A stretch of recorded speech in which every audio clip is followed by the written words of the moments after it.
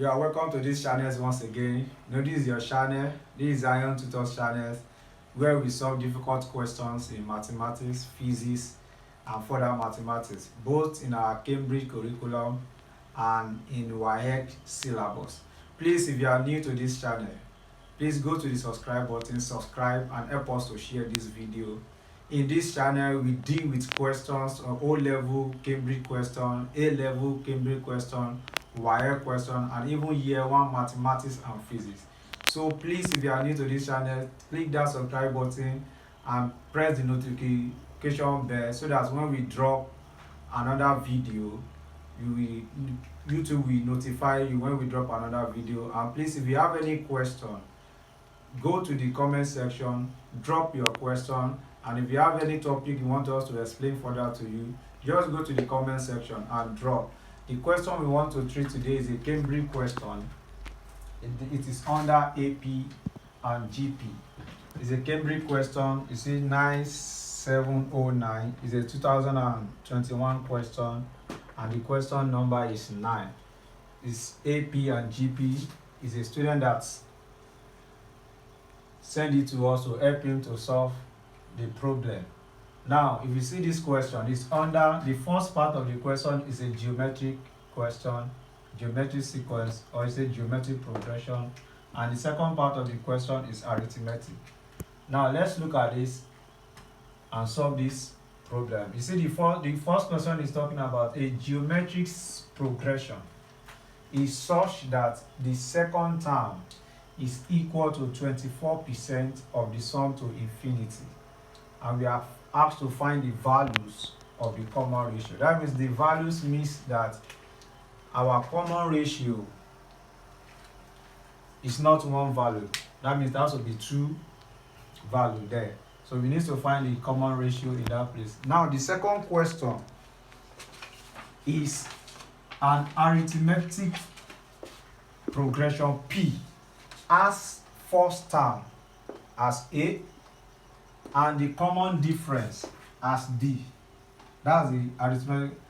We are now given an arithmetic progression again. Another one, an arithmetic progression Q as first term to be 2 into bracket A plus 1, and the common difference is D plus 1. And we are given that the fifth term of P divided by the 12th term of Q, the ratio of the two is 1/3.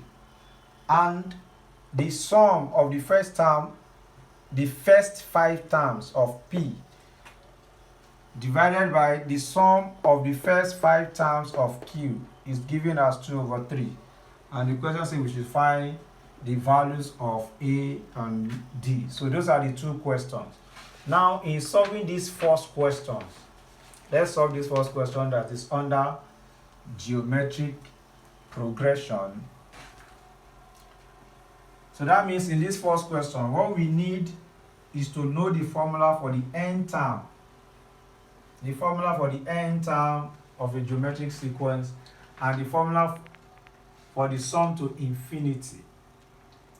And don't forget, the formula for the n term, let's say Tn, of a geometric sequence is AR raised to the power n minus 1, where my A is the first term, my R is the common ratio, my n is the number of terms, where Tn is what? The nth term.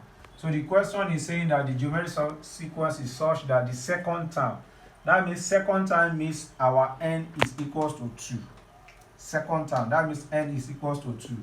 So what will be the expression for our second term? Since n equals to 2, that means my T2 will be equals to AR raised to the power 2 minus 1, and that gives us AR. Now we need to know the sum to infinity. You know the sum to infinity, our formula is A/1 minus R.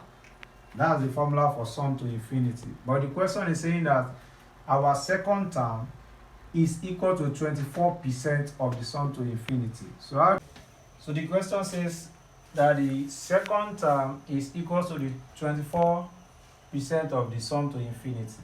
And here our second term is AR is equal to 24%. That's 24/100 multiplied by our infinity is A over 1 minus R. That means my AR, because 4 can go here, that's 6. 4 can go here, that's 25. A into bracket 1 minus R. If you see that our A here, we cancel A here. That means I will have R equals 6 over 25 into bracket 1 minus R. So if we cross multiply, we get to know that we have 25 R into bracket 1 minus R equals to 6. So here we have 25 R minus 25 R squared equals 6. If we take everything out, that means we have 25 R squared minus 25 R plus 6 equals to 0. So that means this leads to a quadratic formula. It leads to a quadratic formula. So how do we solve this quadratic now? Since the coefficient of this R squared here is not 1, so that means we need to multiply this coefficient by 6. And that's 25 times 6, that will give us 150. So what are the factors of 150? That when we add it, it will give us minus 25. And that will give us minus 15 and minus 10. Minus 15 times minus 10 will give us 150. Minus 15 minus 10 will give us minus 25. So that means from there, we can substitute that to be 25R squared minus 15R minus 10R plus 6 equals to 0. And we now group it. So what's common here? That will be 5R. That means 5R into bracket. This one will be 5R minus 3. What's common here? That will be minus 3. That will be minus 2, not 3, into bracket 5R minus 3, which is equals to 0. So that means 5R minus 2, 5R minus 3 equals 0. So that means our R here be equals to 2 over 5 or be equals to 3 over 5. So that means the values of our R is equals to 2 over 5 or it is equals to 3 over 5. So that means the solution to the first part of the question, the geometric question, is that the value for our common ratio is 2 over 5 and the second one is 3 over 5. Now let's move to the second question. The second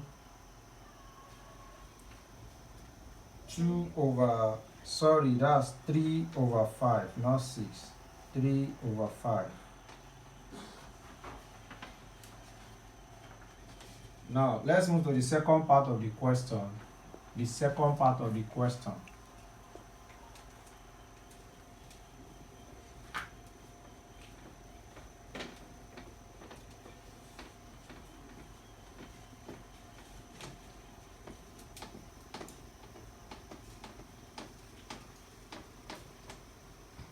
Now the second part of this question is saying that an arithmetic progression P.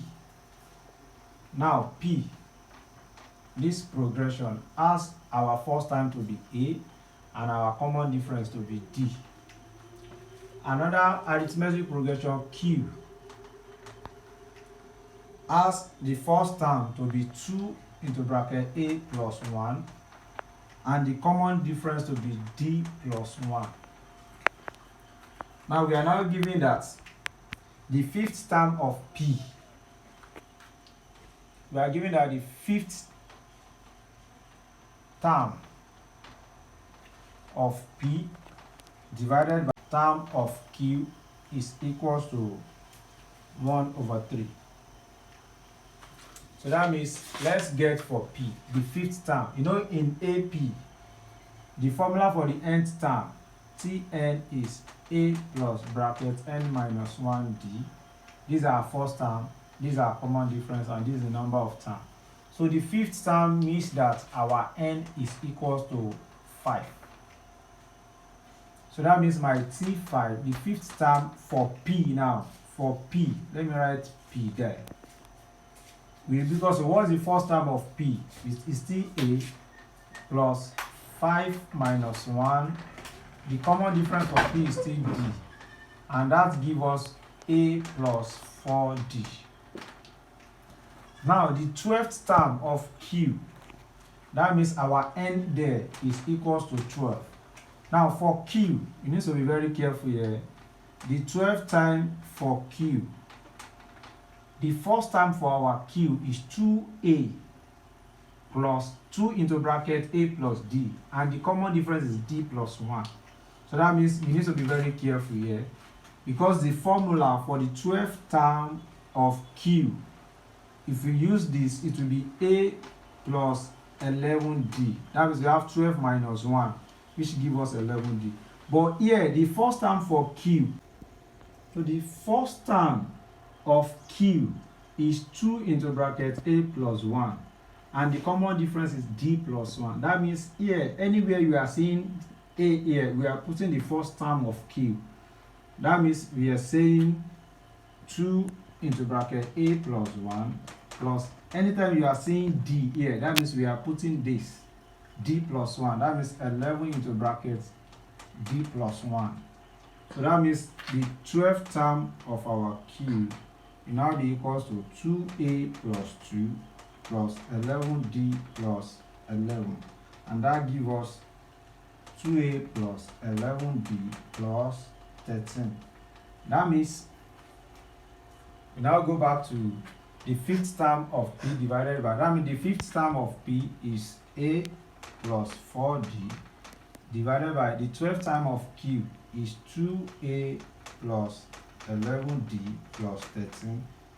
That means the ratio of this is equal to 1 over 3. That means if you cross multiply here, what we have is 3A plus 12D is equals to 2A plus 11D plus 13. And when we collect like terms, if we bring it here, that means we have A plus D equals to 13. That means from this thing, we have been able to get an equation which is A plus D equals to 13. Let's call this equation 1.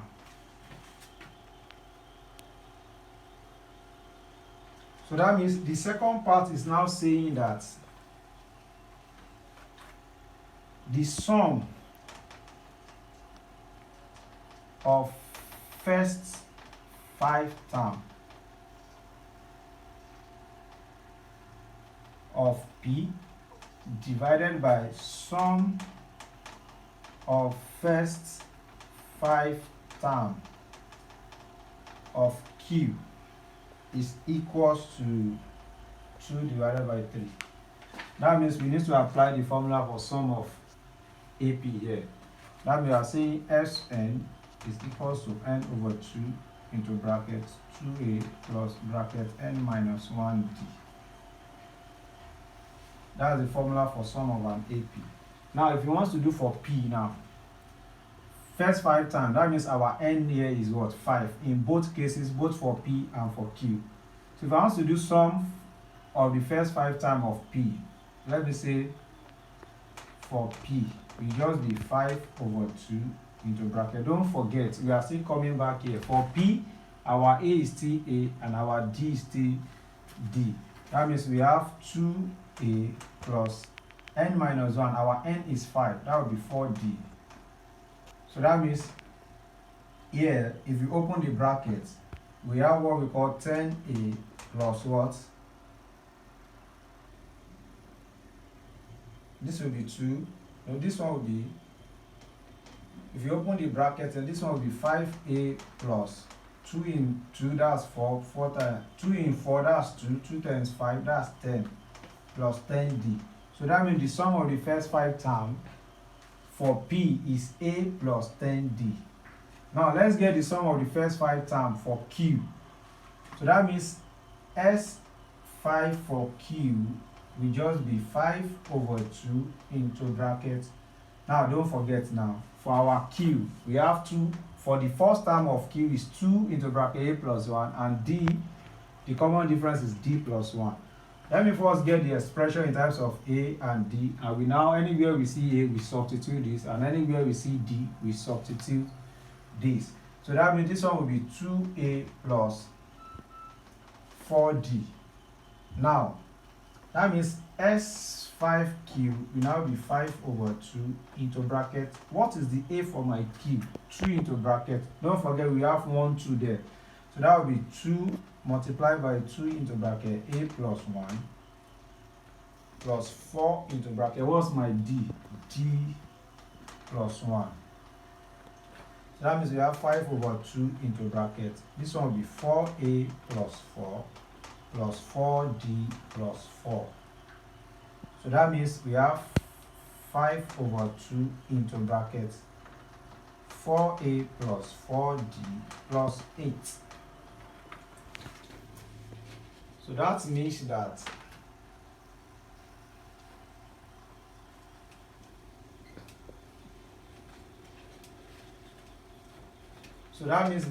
the sum of the first 5 times for my cube will just be, if I use this to open the bracket, this will cancel it. That means we have 2 there.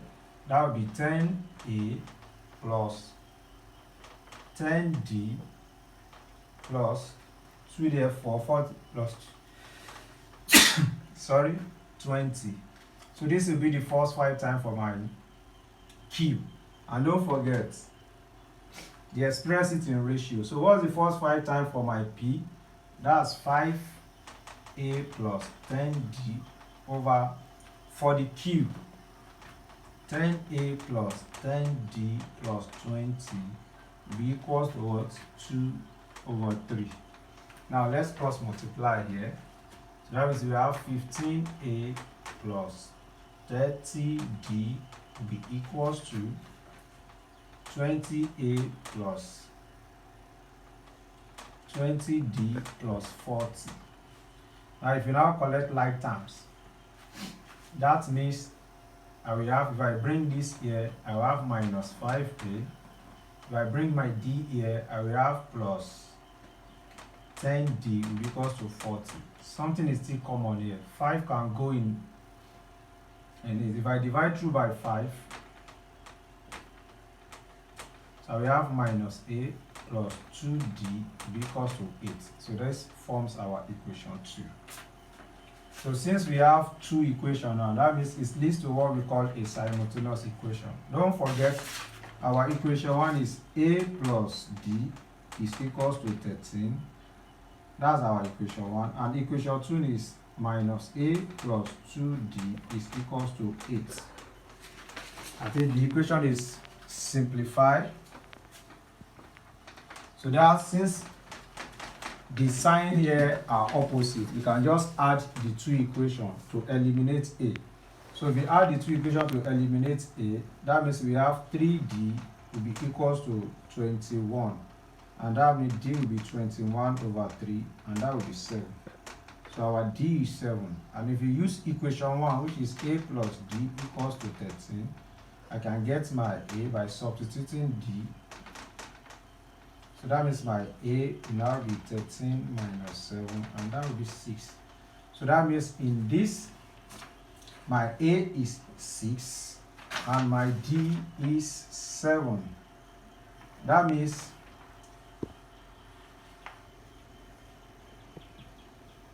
my a is equals to 6, and my d is equals to 7. So that's the solution to the question. Please don't forget to subscribe to the channel, and if you have any question regarding this that we have solved, please drop in the comment section.